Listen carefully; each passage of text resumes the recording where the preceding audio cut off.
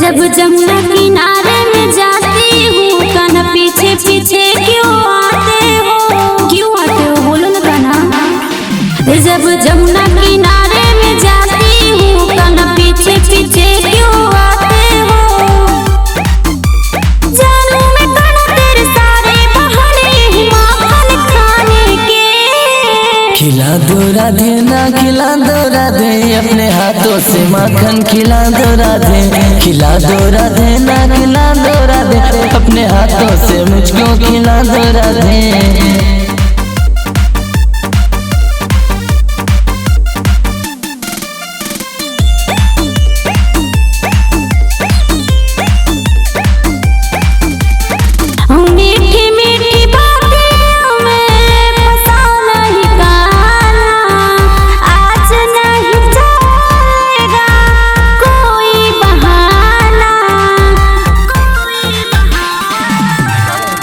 मैं तो हूँ राधे तेरा दीवाना, जानता है ये तो सारा जमाना।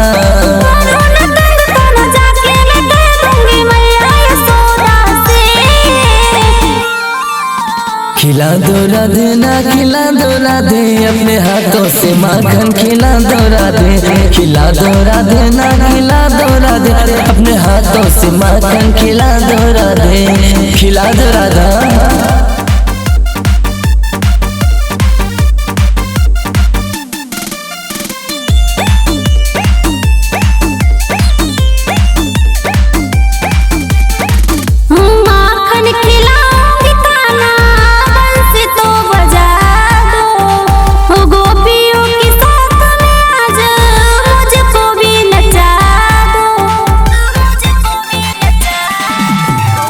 बंसी तो बजाऊं राधे तेरे ही तो याद में, जीना मरना है अपराधे तेरे ही तो साथ में।